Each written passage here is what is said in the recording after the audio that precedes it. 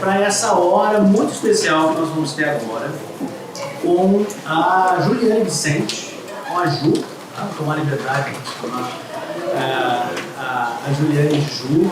Eu já estive com ela virtualmente na Feira do Livro de Porto Alegre durante a pandemia. Nós dois fomos convidados por uma pessoa muito bacana do terror aqui do Rio Grande do Sul e também do terror brasileiro, que é o Lula Ficção. Na época tivemos um belo bate-papo, né, sobre literatura fantástica, sobre literatura produzida aqui no Sul.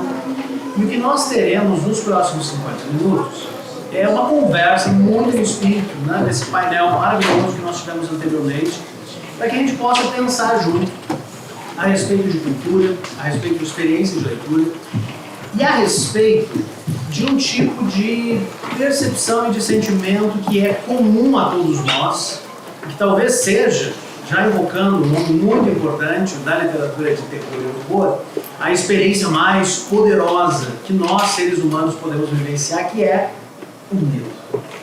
E para nós que somos de letras, né, estou reconhecendo aqui os alunos de literatura greco-latina, vão lembrar de uma primeira reflexão que a gente teve em aula, ainda quando estávamos trabalhando a tragédia grega, que é um gênero muito antigo, 2.500 anos atrás, quando o filósofo grego Aristóteles menciona que a tragédia tem, né, um efeito purificador, como se fosse um remédio.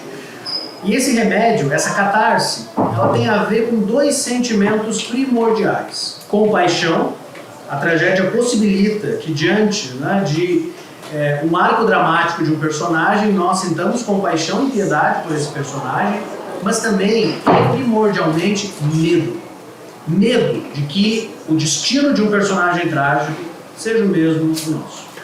E talvez, e aí já começo, né, a puxar a nossa convidada especial para a conversa, talvez essa seja uma das explicações desse fenômeno um pouco estranho que nós vivenciamos com o terror e o medo. Né? Porque se a gente pensar no quanto nós pagamos com o ingresso, ou pelo valor que pagamos pelo livro, ou pela experiência de tempo que temos lendo o livro, que nós estamos pagando quando consumimos literatura de horror para sentir medo, para sentir horror e para testemunhar, seja na literatura de horror ou então no filme, porque a mesma associação pode ser feita para o audiovisual, para testemunhar pessoas passando perigo, pessoas vivenciando medo, vivenciando risco de vida. Por que nós pagamos para observar pessoas sendo perseguidas, pessoas sendo machucadas, pessoas sendo, não raro, assassinadas? E por que esse gênero específico nos interessa tanto e nos fascina tanto? Para a gente conversar sobre isso, nesse papo que vai ter duas partes específicas, a primeira sobre o medo e a segunda sobre escrita criativa, sobre literatura e tecnologia, sobre um projeto maravilhoso capitaneado pela Juliane, que se chama Pampa Bizarro, tenho o prazer de receber no palco da FLISM uma jovem escritora, uma ativista, uma pessoa muito simpática, muito querida, que vem a segunda vez a Santa Maria. Ela já veio para um evento na UFSM, um evento acadêmico, mas que hoje vem para conversar com a gente a respeito de literatura, a respeito de escrita e a respeito de medo. Para começar essa conversa, eu já puxo a Juliane para a primeira pergunta, que é a seguinte. Pensando na Juliane, que começa a ter essa relação com a literatura, com a leitura e depois com a escrita, você consegue se lembrar, Ju, de que modo essa primeira experiência de leitura se associa com o medo e com a fascinação com a literatura de horror, com a literatura de terror? Vamos lá, então. Boa tarde a todos, a todas e a todos. Queria, antes de responder perguntas e ideias, agradecer muito esse convite de estar aqui hoje. Eu estou super honrada e emocionada. Queria, então, pedir licença aos mais velhos e agradecer, né, a todos os meus guias e guardiões que me trazem ao dia de hoje. Para falar de medo e de leitura, né, trazendo assim, então, eu tenho uma história muito peculiar, né, da minha infância, que eu tinha, ao mesmo tempo que eu tinha muito medo, eu era, de certa forma, corajosa e queria enfrentar esses medos. Eu queria ver até onde aquilo que eu via, né, que hoje eu sei que eram espíritos, acreditem ou não, eram verdade, e eu estava recém começando a ler, né, e a minha mãe me proibia certas coisas. Tinha certos livros que ela guardava assim no armário lá em cima e eu não podia ter acesso. subi num banco e fui ler esse livro, que é o Evangelho segundo o Espiritismo do Allan Kardec. E eu apareci falando com a minha mãe sobre diversas coisas que ela não entendia o que eu estava falando, né? Mas eu também não entendi muito bem do que aquele livro se tratava, mas eu entendi que tinha algo a ver com espíritos.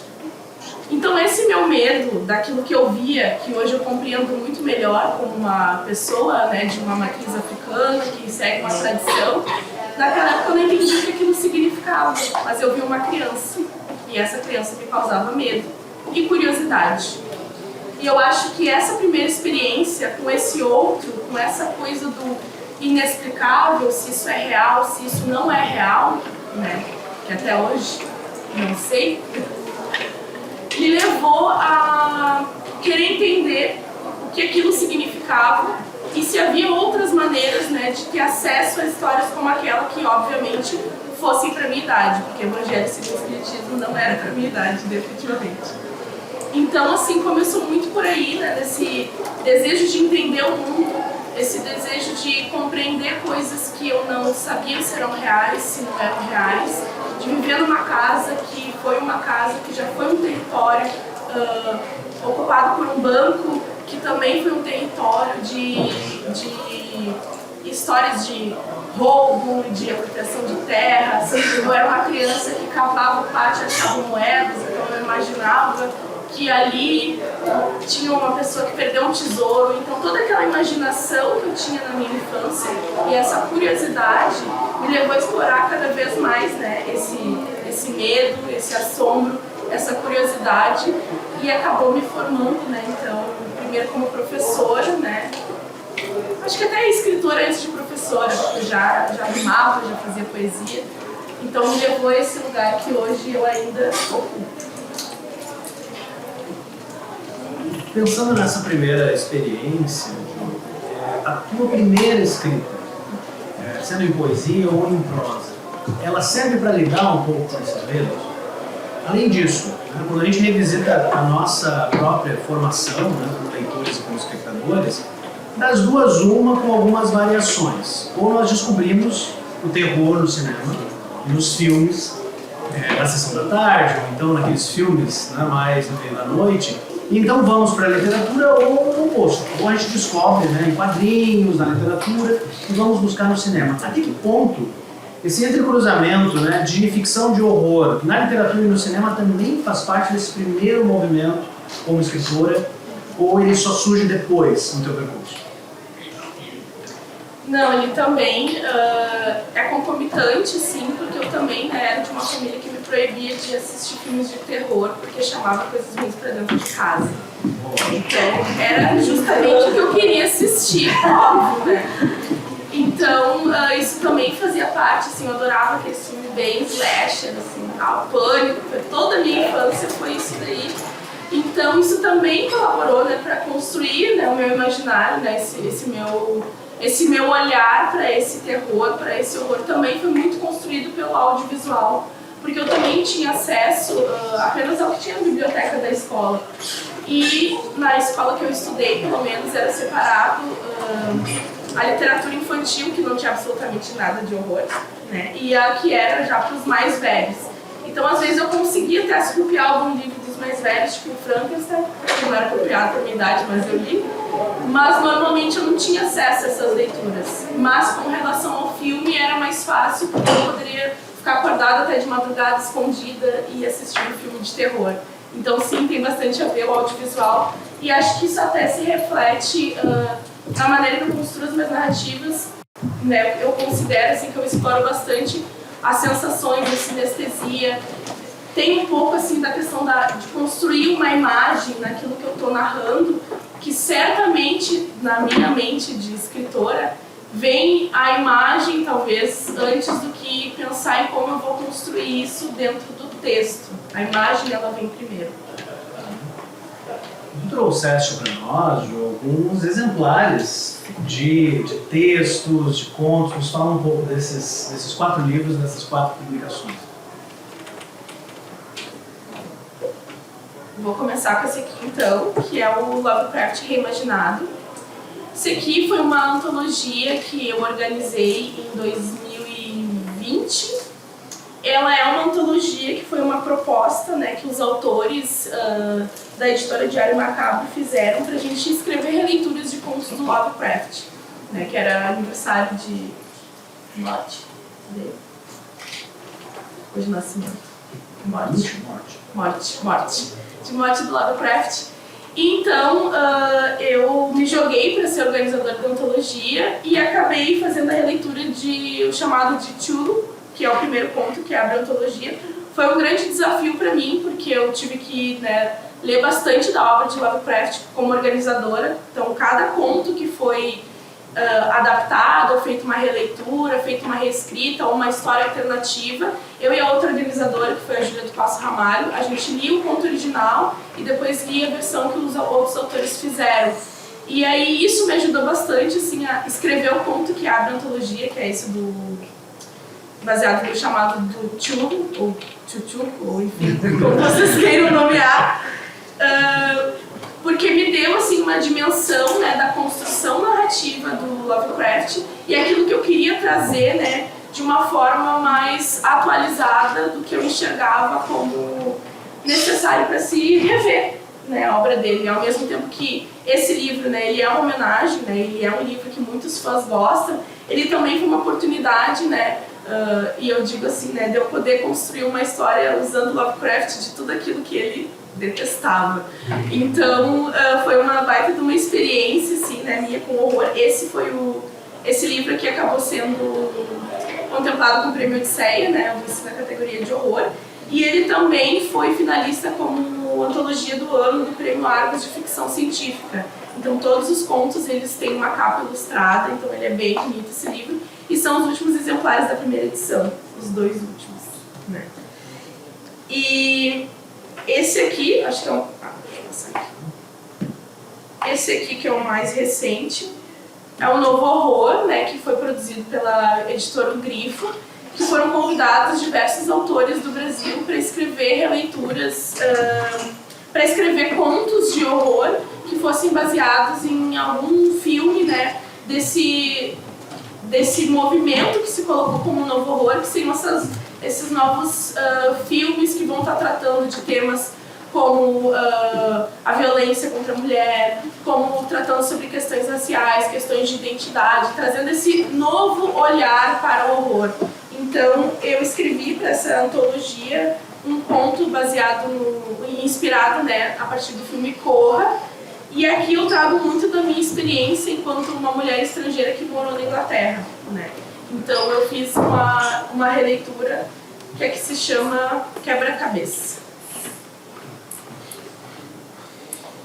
Esse aqui é o Planeta Fantástico, que é uma organização do Duda Falcão, que a gente estava comentando antes, né, que é uma grande referência do Fantástico para nós. E aqui ele reuniu também diversos autores, né, com contos de ficção científica, fantasia e horror. E eu publiquei um conto que se chama Maria Degolada, que é baseado numa lenda porto-alegrense, né, de onde eu nasci, que é o bairro da Vila Conceição. E é uma história de horror em que eu trato sobre essa lenda a partir do ponto de vista do policial que encontrou o corpo da Maria Degolada. E este aqui é o Terrores Asiáticos, que é uma antologia que foi organizada pela editora Luva, que também convidou vários autores do horror para escrever narrativas de horror. Cada um ganhou um país, né, e uma lenda desse país, e a gente escreveu histórias a partir disso. A lenda que eu fiquei é uma lenda do Japão chamada Umibozu, que é uma criatura que vive no mar e ela é conhecida por atacar embarcações, por matar pessoas em alto mar. Então, a minha perspectiva dessa história é uma mulher grávida que está num avião e esse avião cai. E aí ela tem que enfrentar o Umibozu. Bem, olha aqui, o Lovecraft reimaginado há 130 anos do nascimento de Lovecraft. E eu aproveito, falando nele, para te fazer a seguinte pergunta, que tem a ver também com as nossas motivações em termos de escrita, em termos de criação. Pensando que muitos dos nossos leitores aqui, né, que apreciam histórias de terror, né, e contos insólidos que produzem medo e diferentes fobias, na tua opinião, Ju, qual é a primeira motivação para uma história de horror? São os monstros clássicos, são aqueles temas e aquelas cenas ou cenários ou ocasiões em que nós já encontramos alguma exploração literária, ou são as fobias pessoais, subjetivas, os medos contemporâneos. No teu caso, tu te considera uma escritora de terror que dialoga mais com monstros clássicos Lovecraftianos ou então com as fobias da própria Juliane Vicente? Essa pergunta é difícil. Eu acho que de toda forma, né, o escritor ele enfrenta os seus medos, as suas fobias, as suas inseguranças através da escrita.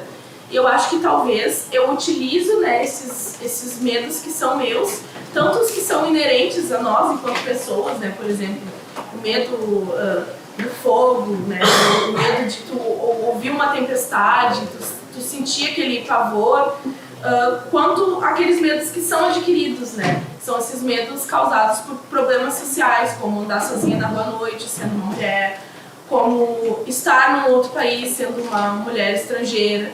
Então, eu acho que eu utilizo, né, esses meus medos que tendem mais ao pessoal, mas para tratar, né, de medos que são mais compartilhados com várias pessoas. E já pensando nessa dimensão que não envolve apenas a escrita de contos de terror, mas condução de carreira, né, que é um tema que interessa também a muitos dos futuros escritores que aqui estão, tu tens um trabalho que é muito interessante, a meu ver, que diz respeito não só à organização de antologias, né, temos um exemplo aqui, mas também de pensar a carreira e a condução de carreira enquanto projetos culturais com fomento público.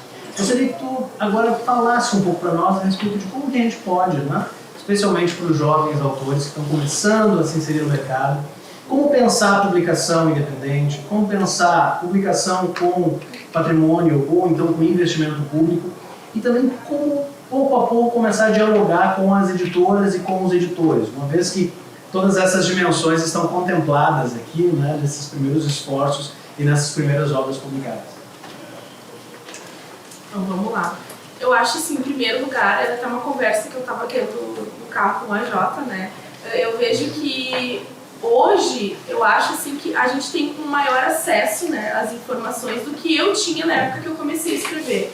Então, por exemplo, hoje tem um site que é maravilhoso, todos os escritores devem olhar esse site, que é o Blog Concursos Literários, que eles sempre atualizam com vários editais que estão abertos, de antologias, de premiações, que muitas vezes envolvem premiações em dinheiro, que envolvem publicação gratuita. Então, assim, é muito interessante, né, ter acesso a esse site e estar sempre dando uma olhadinha, porque é uma dessas que a gente consegue entrar num prêmio, consegue ser publicado numa editora. A minha primeira publicação, ela foi através de um edital que eu vi nesse site, em 2015, e eu vi através do Facebook. Então eu também participo de muitos grupos de escritores no Facebook, que a galera também vai postando ali o que está rolando, o que está acontecendo, que é esse ato de se movimentar, né, de fazer parte, na medida do possível ir a eventos, porque também em eventos que a gente acaba conhecendo autores, muitas vezes formando parceria. Tem pessoas que hoje eu trabalho, que foram pessoas que eu conheci em eventos como esse, da gente sentar e poder conversar, e eu descobri daqui a pouco que eu escrevo horror, e o meu ilustrador, por exemplo, né, e ele ilustrava. Então a gente acabou, não, quem sabe a gente faz um projeto juntos. E aí isso foi se tornando muito maior.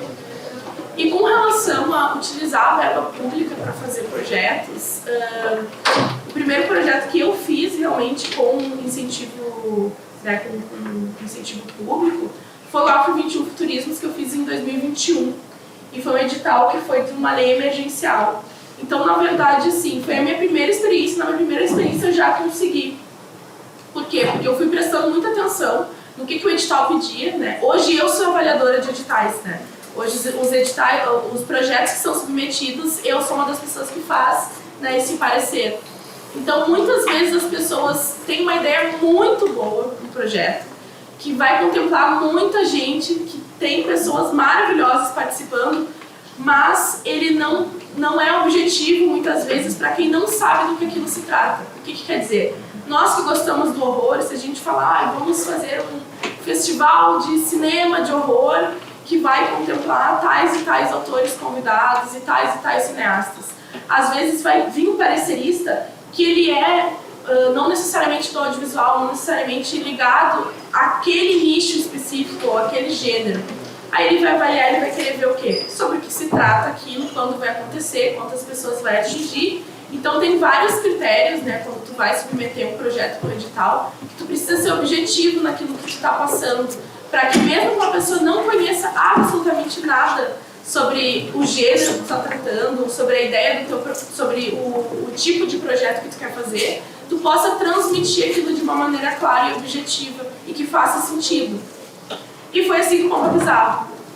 E na verdade, Pompa Bizarro é uma história engraçada, porque a gente iria submeter para um edital que se chamava FAC Publicações, que era para publicar livros, né, um edital aqui do Rio Grande do Sul. E nós não conseguimos esse edital. Então a gente... Quem é o nós aqui? Nós, eu que sou a criadora do projeto, o Vinícius Núrios, que é o ilustrador e produtor cultural, e o Diego Mendonça, que também é um dos idealizadores do projeto.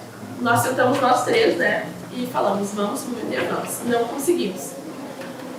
Aí eu tinha uma ideia megalomaníaca, que foi em 2019, que eu queria fazer um romance transmídia junto com o Vinícius, e eu tentei submeter esse projeto para apresentar um doutorado em escrita criativa e não consegui, e aqui veio aquela ideia. Quando a gente não passou no edital de publicações, abriu um edital de audiovisual. E eu disse, quer saber?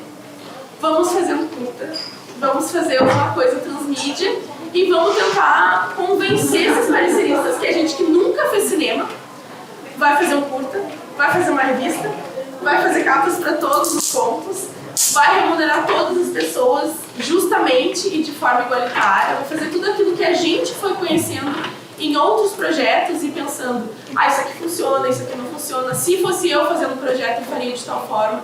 Então tudo aquilo que a gente foi construindo ao longo do tempo, tanto eu organizando a antologia, como o Vinícius ilustrando também, como eu vivenciando, né, como coordenadora de projeto cultural, a gente resolveu aplicar para esse projeto, fomos contemplados, né, conseguimos convencer e hoje estamos aí numa segunda parte do projeto, né, a gente já está finalizando a parte literária e agora a gente entra na construção, né, na produção desse curta de animação que vai trazer esse Pompa Bizarro para vocês.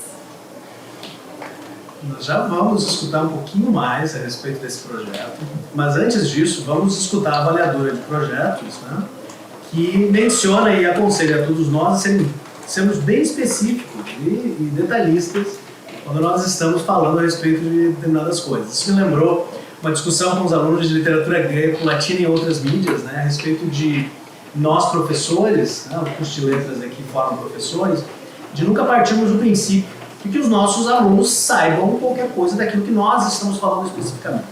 Então a importância, né, da gente sempre abrir pequenos parênteses, né, nos nossos discursos para explicar alguns conceitos. Seguindo o teu conselho, Ju, como é que nós explicaríamos para aqueles que não estão familiarizados o que seria transmídia? O que é um projeto transmídia? Vamos lá. Assim, eu tenho que responder bem, senão meu orientador. Tá, imagina. Então, assim, eu parto da perspectiva de que transmídia, né, no caso, especificamente que é uma produção, né, artística transmídia, ela vai ser uma produção narrativa que vai contar com várias mídias, vários canais de acesso a esse universo. Isso é, aplicado a Pompa Bizarro é uma revista que tem vários contos que estão inseridos nesse gênero que a gente está propondo, nesse movimento que a gente está propondo, que também vai ter um curta de animação, que daí já é uma outra mídia, que vai ter um formato digital, mas que a gente, né, futuramente pretende que isso também seja impresso, que vai ter uma trilha sonora, que também daí já é uma outra mídia. Então, assim, são várias mídias atuando de maneira integrada no projeto e que não necessariamente, por exemplo, uma pessoa que acessar a revista e ler a revista, ela vai entender sobre o que aquilo se trata. Se a pessoa vê só o curta de animação, ela também vai entender. Ela não precisa assistir o curta e ler todas as histórias. Ela pode ver, ter acesso, né, consumir, né, essa produção, esse universo narrativo, apenas em um ponto. Não necessariamente precisa de todos para que seja conectado. Então é mais assim uma narrativa, uma produção que está se integrando, né, se convergindo, e que pode ser acessada por múltiplos canais, múltiplas ferramentas, A gente tem um site, a gente tem um Instagram também. Então a gente vai alimentando esse projeto, né, para também acessar diferentes públicos em vários locais. Agora que a gente tem uma explicação técnica, né, do que exatamente é o transmídia, eu ainda volto mais um pouquinho na fala anterior, Ju, porque a Ju, de saída, ela diz, olha, é um projeto que nasce de um sonho, a palavra exata, megalomaníaco, de produzir, né, algo complexo, algo expandido, com muita gente, e o que é ainda mais surpreendente no que diz respeito à produção de literatura, pagando as pessoas, né, o que é, de fato, né, o que me parece não só megalomaníaco, mas insólito, absurdamente fantástico.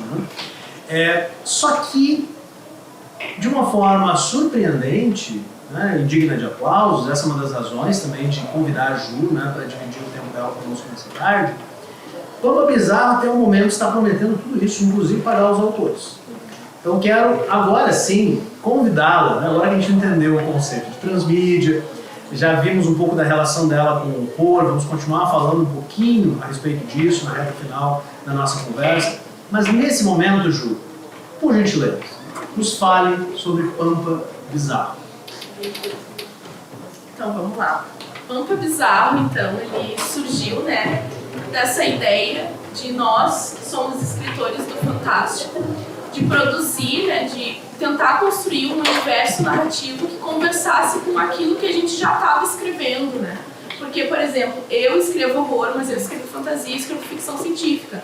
O Diego também. E aí, ao longo do tempo, né, e daí por isso que eu falei também dessa importância dos eventos, de conversar com as pessoas na internet, de estar nos grupos, né, à medida que eu fui me construindo enquanto escritora, eu fui fazendo essas parcerias e conhecendo pessoas que hoje são as pessoas que eu convidei para estar fazendo esse projeto. Acredito que não tem nenhuma pessoa que eu não tenha conhecido nesse projeto, ou lendo a sua obra, ou indo falar com essa pessoa durante um congresso, durante um evento. Então foram essas conexões que eu fui fazendo que me permitiram ter um aceite de 100% de convidados. Todas as pessoas que eu convidei, elas aceitaram. Então isso foi uma grande surpresa pra gente, porque é a primeira vez que a gente estava fazendo algo desse jeito, né? Então, todos esses autores, eles têm como premissa, né, eles escreverem histórias que ou se passem no Rio Grande do Sul, ou tenham conexão com a geografia do estado, com a história do estado, com a cultura local, com a cultura da capital, com a cultura do interior, que trate de lendas ou do folclore popular. É abordar de alguma forma algo que se caracterize, que a gente consiga ler essa história e de alguma forma isso nos pareça algo que é nosso, do nosso Pampa, do nosso Rio Grande do Sul. Então nós temos histórias muito diferentes e aí isso também foi uma lição que a gente aprende fazendo, né? Que precisava ser aberto, a premissa precisava ser aberta para dar certo. A gente não tinha como sair de algo muito fechado para dar aos autores, porque isso poderia acabar até nos prejudicando para pensar nessa história estando em vários lugares, e ter depois o curta de animação.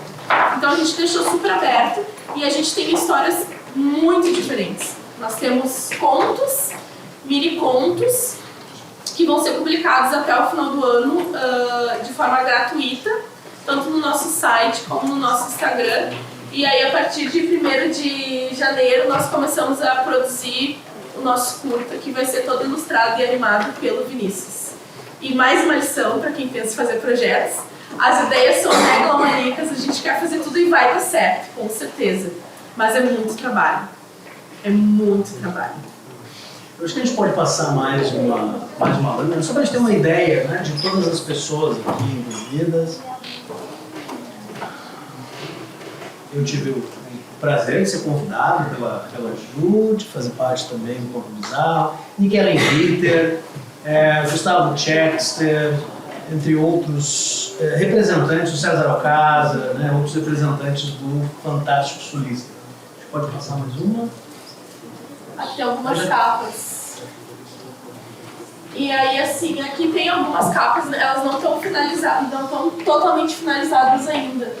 Então, assim, por exemplo, esse primeiro aqui é o Cavaleiro dos Pampas, é o conto que o Duda escreveu, o Duda Falcão, E ele é um conto de horror bem interessante. A gente teve, então, a outra premissa do projeto também era que as histórias poderiam se passar tanto no presente, passado ou futuro.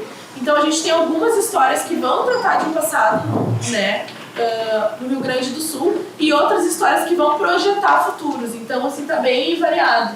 Por exemplo, a do Duda, ela é uma história de horror que se passa mais no passado, mais como um caos, assim, bem característico do Duda, e se chama O Cavaleiro dos Pampas. Esse aqui é uma história de ficção científica, que daí já está mais alocada no presente, que foi o Daniel Gruber que escreveu, que tem uma vibe assim, meio Twilight Zone. Então, assim, tem muitas referências que a gente vai pegando, assim, que dão pra perceber, né, de quem são os textos, né? Porque eu tinha deixado sem nome, né, antes, mas dá pra perceber. Do César Alcázar, que é o Caos do Pedro Gavião, que também é uma história que está mais voltada para o horror. E A Fera do Arvoredo, que é do R. Tavares, que também é uma história de horror, que vai trazer essa figura assim, que é meio folclore, meio lobisomem. E a gente tem umas experimentações que foram muito interessantes. A gente tem histórias que são em primeira pessoa e terceira pessoa. A gente tem história que o linguajar, né, do Rio Grande do Sul é extremamente marcado. Tem uma história que ela é quase inteira oralizada, assim, uma escrita oralizada. E aí a gente tem histórias que tem uma fala assim, mais gaudéria. Então, assim, é muito variado a maneira que está se construindo, assim, e eu estou bem feliz com isso, porque esse era o objetivo. Bom, eu só tenho, né, a dar os parabéns pela ousadia no primeiro momento, né? Eu acho que todo tipo de projeto que a gente vai tocar, acho que a primeira palavra, né, além do espírito megalomaníaco, é a ousadia. Né? E a última pergunta, antes da gente começar a conversar, né, com aqueles que estão conosco aqui. Nós temos nesse projeto 4 palavras que são essenciais: literatura, terror, tecnologia e regionalismo. Né? Só reforçando, é um projeto sul-rio-grandense, com autores sul-rio-grandenses e com contos que, na sua maioria, tratam de temáticas, né, que têm relação direta ou indireta com o nosso estado. Na tua opinião, Ju, o que seria primordial dessas 4 palavras? Ou essas 4 palavras, elas são importantes de igual modo? E por que pensar esse projeto com esse braço tecnológico? Né? Porque é um projeto que poderia ser uma antologia, talvez. É uma antologia com contos que se passam no Rio Grande do Sul, mas não. Plataforma, transmídia, com contatos com redes sociais, permitindo uma série de acessos. Isso tem a ver com o projeto de vocês, de tornar mais visível o projeto, tornar mais acessível, todas essas coisas, enfim, de que modo, né? Quanto Bizarro, na tua opinião, ilustra essa relação, algo frutífera que dá nome, o título a esse painel, de literatura, terror e tecnologia. Então, quando a gente construiu essa ideia, a gente tinha muito objetivo de trazer isso como um movimento. E isso também partia de uma observação que eu tinha, de que, por exemplo, muitas pessoas que eu conheci, que eu acabei convidando, elas são referências do Fantástico, mas não necessariamente dialogavam umas com as outras ou já tinham feito trabalhos juntos. Então a minha ideia foi, de alguma forma, reunir essas pessoas que nunca estiveram juntas para a gente trazer isso enquanto movimento Fantástico Gaúcho. E aí eu não posso deixar de citar, né, porque é óbvio que é uma das minhas referências, o próprio Odisseia de Literatura Fantástica, enquanto evento que promovia esse encontro, que é um encontro, né, que acontece aqui no estado do Rio Grande do Sul. E aí eu comecei a ver também outros movimentos, como o próprio Sertão Punk e o Afrofuturismo também, que eu, né, faço parte e escrevo sobre, e de querer ter algo mais regional que tratasse daquilo que a gente já estava construindo, mas que não havia um movimento mais... não havia uma obra, né, uma obra reunida. Então eu acho assim que o digital, né, a tecnologia, ela veio também para a gente não fazer algo que ficasse só aqui, né, que permanecesse no Rio Grande do Sul. Eu acho que a gente não ter conseguido aquele edital, que seria só uma antologia, essa era a ideia inicial, foi, no fim, a melhor coisa que nos aconteceu. Porque fez o Vinícius, que ilustrava, ele já trabalhava um pouco com animação, mas fez ele estudar animação, então hoje assim ele tá... Eu já vi uma prévia assim, de algumas coisas e tá muito legal, muito legal. E aí ele até contou no último painel, né, que eu perguntei para ele assim, vamos submeter para o edital de audiovisual, tu sabe fazer animação? E ele pensou, eu não sei. E daí ele falou, sei. Eu disse, então vamos. Então foi assim, foi super desafiador, porque eu também tive que sair um pouco desse meu lugar de autora para estar gerindo o projeto, né, e estar cuidando de muitas burocracias que são necessárias, né, para esse projeto estar funcionando. Então, o nosso objetivo era esse, né, de ter esse maior alcance, de não ficar só aqui no Rio Grande do Sul e de poder ter a oportunidade, a partir de um investimento, né, do governo, né, de um investimento que vem para a cultura, de fazer algo remunerado para todos, sem distinção de ninguém. Que são coisas que às vezes a gente vivencia dentro da literatura. Então a gente quis fazer diferente daquilo que a gente já tinha vivenciado e tentar fazer melhor de coisas que a gente já tinha feito antes também. Dois recados, né, que vão ao encontro do que a Ju falou. A Odisseia de Literatura Fantástica acontece nesse final de semana, tá? No sábado e domingo, mas parte da programação acho que já começa amanhã, né? Não, é sábado. É sábado e domingo. Essa é uma das razões de também de ter a J. Oliveira no próximo painel. Ele veio para participar da FLISM e depois vai para a Odisseia, que é o nosso evento de literatura fantástica mais relevante, mais importante do Rio Grande do Sul e já, né, podemos dizer que já entra no calendário dos eventos de insólito literário do próprio Brasil. Então fica também o convite àqueles que estiverem em Porto Alegre no final de semana, né, de estarem lá na Odisseia. Além disso, nesse exato momento, em várias secretarias de cultura de municípios de várias cidades estão abertos editais da Lei Paulo Gustavo, que diz respeito à produção audiovisual e ao fomento ao audiovisual, que contempla também escrita de roteiros, desenvolvimento de projetos, enfim. Né? Então, apenas dois recados para ampliar o que a Ju mencionou. Nós temos ainda alguns minutos para a gente escutar um pouquinho mais de Juliana e Vicente, mas agora eu gostaria de saber de vocês perguntas, dúvidas, comentários, né, a respeito do processo de escrita, de criação, de desenvolvimento, né, como que a Ju conduz essa carreira que envolve escrita, mas que envolve também organização de projetos. Dança. E dança. Isso. Falta tempo aqui, né? Sempre falta tempo para os nossos convidados. A próxima FLISM em que Juliane, se estiver presente. Isso, tá vendo? Olha aí, ó. De fazer parte da nossa programação cultural. Eu vi que teve carimbó, eu vi. Quem é que gostaria de abrir perguntas? Lá no fundo? O projeto inicialmente era um projeto de contos e acabou virando um roteiro de animação. Foi adaptado? Era só o projeto mesmo, nada tinha sido escrito com mais escrito? Não, assim, na verdade, eu já tinha escrito todo o projeto. Ele ia ser uma antologia de contos, então a gente só tinha a ideia dos autores, né, mais ou menos quem que a gente ia convidar. E ia ser só uma publicação, ia ser uma publicação e uma impressão, né, desse livro. Quando a gente não conseguiu aquele edital, aí eu pensei, vamos submeter para o edital do audiovisual. Vamos fazer aquilo que a gente já queria fazer, que era essa antologia que acabou se tornando uma revista. E aí, em 4 dias, não lembro, foi muito breve, eu escrevi um roteiro. E mandei. Né?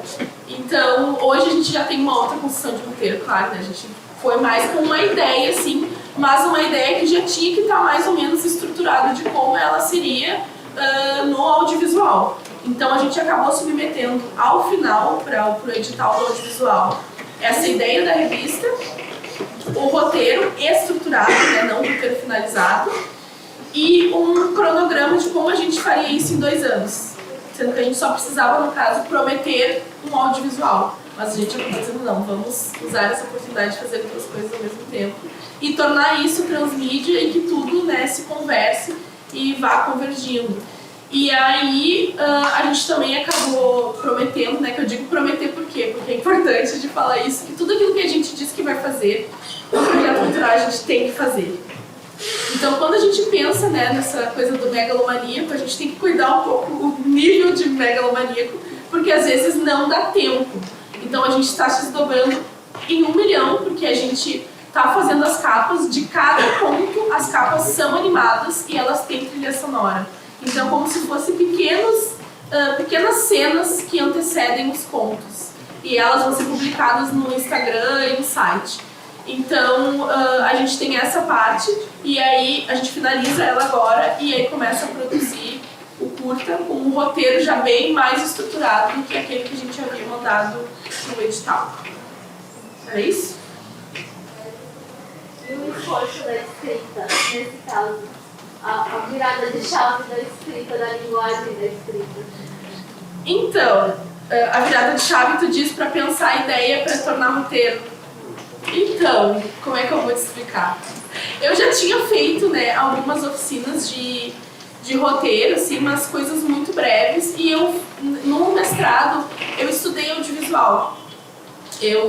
Mas eu fiz uma análise fílmica, assim, então eu nunca tinha produzido audiovisual. Eu tinha escrito um roteiro, assim, de uma forma muito livre, porque eu e o Vinícius já tinha tido uma outra ideia anos atrás, que a gente queria produzir um curta de terror, que a gente acabou não produzindo. E aí eu peguei um pouco daquela experiência que eu tinha das oficinas, que é uma outra coisa também que, enfim, fica como dica, assim, eu participo de muitas oficinas, eu tô sempre me aperfeiçoando e procurando eventos gratuitos, oficinas gratuitas, tem muita coisa que acontece por aí, tanto online como presencial, pelo menos em Porto Alegre, e eu guardo todos os materiais. Então eu tinha, por exemplo, um material de roteiro, de guia de roteiro, de uma oficina que eu tinha feito lá em 2017. Então eu utilizei aquele material e dei mais uma pesquisada na internet, em mais alguns escritos que eu tinha, né, durante o mestrado, e acabei construindo aquele roteiro ali a partir de uma ideia. E aí foi sentar e escrever, foi uma experiência. Deu certo. Temos alguém aqui. Aproveitando que estava falando isso, tu achou que adaptar nas mídias o material perdeu tudo, enriqueceu mais do que o material básico? Eu enriqueci, e até é interessante tu falar isso, né, do material base, assim, né, porque o que acontece? Existem diferentes perspectivas de se olhar o transmídia. A que a gente está olhando hoje para esse projeto é da gente não ter uma mídia principal, né? É de o curta de animação e a revista serem coisas complementares. Então a gente não tem uma história base, como por exemplo, se a gente pensa em O Senhor dos Anéis, que tu tem o livro, aí tu tem uma adaptação, né, que é uma releitura para o filme, mas tu tem ali o livro que vem primeiro. Não, a gente tem uma coisa acontecendo tudo ao mesmo tempo. Porque enquanto os contos estavam sendo escritos, e aí por isso eles precisavam ter uma premissa que fosse aberta, uma ideia que fosse aberta para os autores, a gente também pensou um curta, né? A história do curta, ela também é aberta. Para que tudo faça sentido junto e não tenha que precisar assistir uma para ler a outra, ou ler uma para assistir a outra. Então não tem uma produção principal, é para tudo ser independente e fazer parte de um grande universo. Então, com certeza, acredito que enriqueceu muito para a ideia inicial, porque eu parti de algo que eu ia produzir apenas um livro, apenas não, né? O livro é muita coisa, mas que eu ia produzir um livro para estar com essa ideia de um universo narrativo, que hoje a gente quer cumprir com tudo aquilo que a gente prometeu, né, e que a gente está fazendo, mas que a gente já tem uma lista de 60 nomes de pessoas que a gente quer chamar para uma segunda edição, e a gente já tem também algumas pessoas que estão, assim, conversando com a gente, uma ideia de fazer um RPG também. Assim, a gente está pensando em quanto isso pode se expandir. Uma outra ideia que a gente também tem para a continuidade desse projeto, porque aqui a gente está falando de 22 autores, ou seja, 22 narrativas, contos e mini-contos, e todos eles vão ser ilustrados pelo Vinícius. Ou seja, e o Vinícius vai fazer toda a animação também. E aí, então, nessa segunda edição, a gente também tem uma lista de artistas que a gente quer convidar, que desenham, que fazem animação, que fazem ilustração, para que a gente não dê oportunidade só para quem está escrevendo, mas para quem está ilustrando, e aí, de repente, um RPG para quem trabalha com gráfico, enfim, para tornar isso de maior movimentação da economia local do Rio Grande do Sul, envolvendo não só a parte artística, como a parte de produção também. estamos para mais uma última pergunta. Aqui. Em relação ao que tinha comentado sobre o sertão punk e o afrofuturismo, quais as influências que esses motivos, essas leituras tiveram impacto sobre ti e o projeto além de escritoras, escritores que servem como referência e inspiração? Então, eu acredito que o Sertão Punk, ele teve, né, que é um movimento, né, que é dos autores do Nordeste, para uma produção que se volte, né, de literatura fantástica, que se volte para a cultura deles, para tratar personagens também que sejam escritos por autores nordestinos. Para mim, teve uma grande importância, porque me mobilizou a querer também construir um movimento que também dialogasse com aquilo que a gente entende como fantástico gaúcho. Então, com certeza, ter visto, né, esses autores se mobilizando por uma cultura local me mobilizou também a pensar em construir um movimento que, né, fizesse isso. E o afrofuturismo, especialmente, porque como uma escritora futurista, e não há muitos escritores afrofuturistas, né, no Brasil, tem uma pesquisadora que é a Raíssa, ela conseguiu mapear 30 autores no Brasil inteiro, né, que estão publicados. E, se eu não me engano, o romance é só 13. Então, o afrofuturismo, ele acabou me motivando também a construir esse projeto, porque eu também queria trazer o meu lugar de afrofuturista rio-grandense, né, esse lugar do negro gaúcho.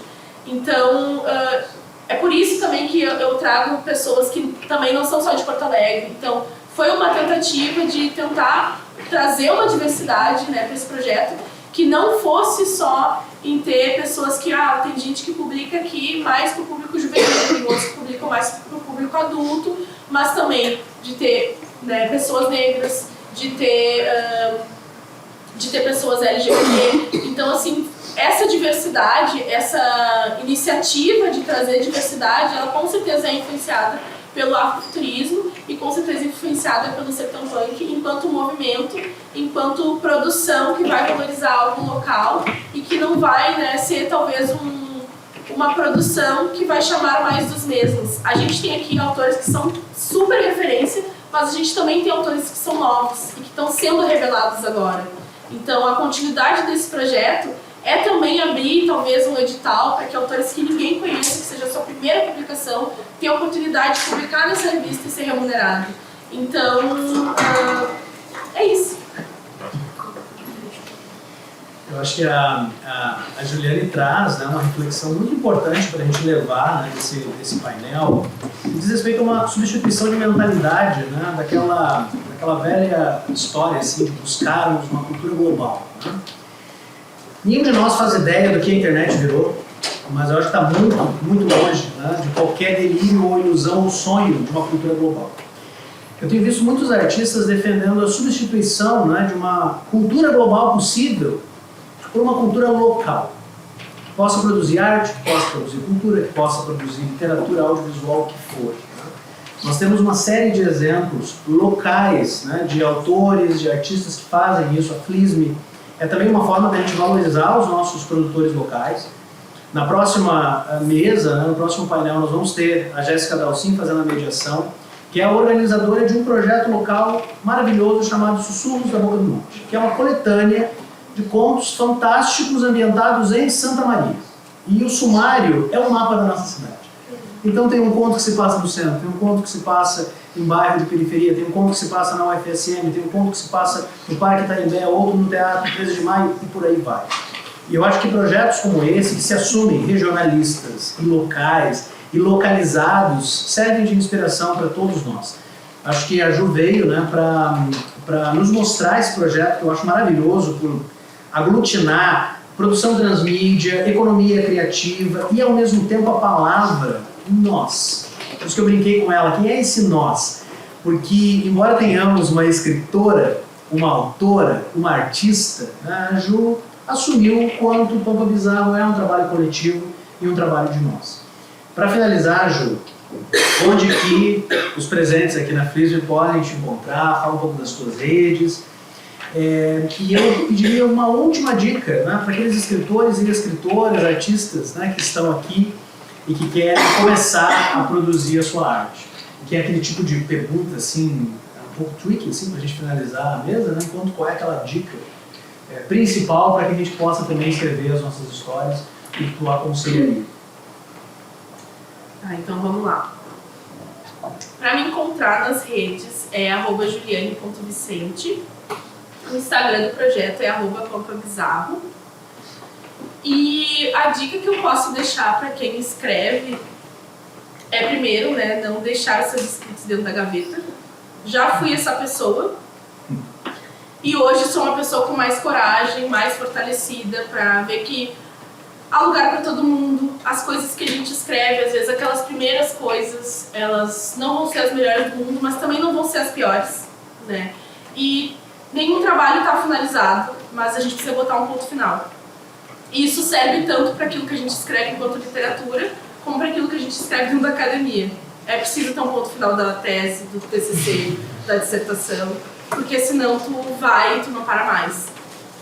Então, simplesmente assim, se permitam mostrar ao mundo aquilo que vocês produzem. Eu estou nesse processo também, porque eu sou contista, estava comentando com o AJ também no carro, eu sou contista, mas eu não tenho romance publicado, embora eu tenha 2 romances finalizados. Então eu estou no processo também de me desapegar dessa coisa, de entender que aquilo que eu escrevi não está da maneira que eu sonhei que um dia estaria para a minha primeira publicação. Mas eu preciso liberar essa história para o mundo. Já passou da hora, né? Então essa é a minha dica para vocês, né? Se publiquem, se experimentem em outras mídias, se experimentem em outros gêneros. Eu tô agora, assim, porque eu também sou poeta, né? Sou slammer. Então eu tô agora numa pegada de escrever poesia fantástica, que é uma outra levada, assim, de fazer colagem. Então, assim, tem coisas que a gente vai pensar, mas isso não tem nada a ver com o que eu tô fazendo. Tipo, eu fui fazer uma oficina de palhaço. E isso me ajudou no personagem. Era uma oficina de teatro. Então, assim, a gente que trabalha com a escrita é muito importante se experimentar. Se eu não fosse bailarina, muitas coisas que eu trago sobre corpo naquilo que eu escrevo não seriam da maneira que eu escrevo. Então, a minha dica é isso: se experimentem em outras linguagens, se experimentem, utilizem as ferramentas que a gente tem. Hoje a gente tem muito mais ferramentas do que eu tinha, que era só o papel e caneta quando eu comecei a escrever. Então, utilizem essas ferramentas para, enfim, se experimentar e criar coisas novas. Obrigado. Nós seguimos aqui para o próximo painel, que é sobre literatura e podcast, que é uma forma de continuarmos falando, né, sobre literatura e tecnologia. E, obviamente, aplausos a essa mulher aqui.